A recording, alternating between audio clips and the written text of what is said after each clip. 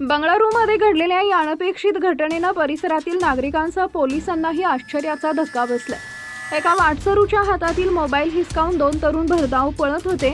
मात्र काही क्षणातच त्यापैकी एक जण रस्त्यावर कोसळला आणि संपूर्ण चित्रच बदलून गेलं। ही घटना कंबनपेठ परिसरातील आहे। मिळालेल्या माहितीनुसार दुचाकीवरून आलेल्या 2 तरुणांनी रस्त्यावरून चालत असलेल्या व्यक्तीचा मोबाईल क्षणार्धात हिसकावला आणि तिथून पसार होण्याचा प्रयत्न केला। मोबाईल चोरीला गेल्याचं लक्षात येताच पीडित व्यक्तीनं मोठ्यानं आरडाओरडा केला।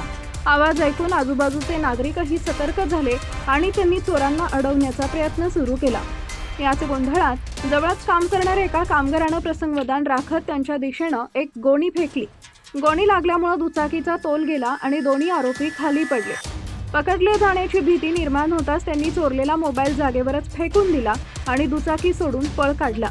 मात्र काही अंतर धावल्यानंतर अचानक एक आरोपी फुटपाथवर कोसळला। सुरुवातीला नेमकं काय झालं हे कोणालाच समजलं नाही। दरम्यान दुसऱ्या आरोपीला पोलिसांनी ताब्यात घेतलं। चौकशीत समोर आलेल्या माहितीनुसार मृत आरोपी जुनेद याला आधीपासूनच हृदयविकाराचा त्रास होता। पळापळ, तणाव, पकडले जाण्याच्या भीतीमुळे त्याला तीव्र हृदयविकाराचा झटका आला आणि घटनास्थळीच त्याचा मृत्यू झाला।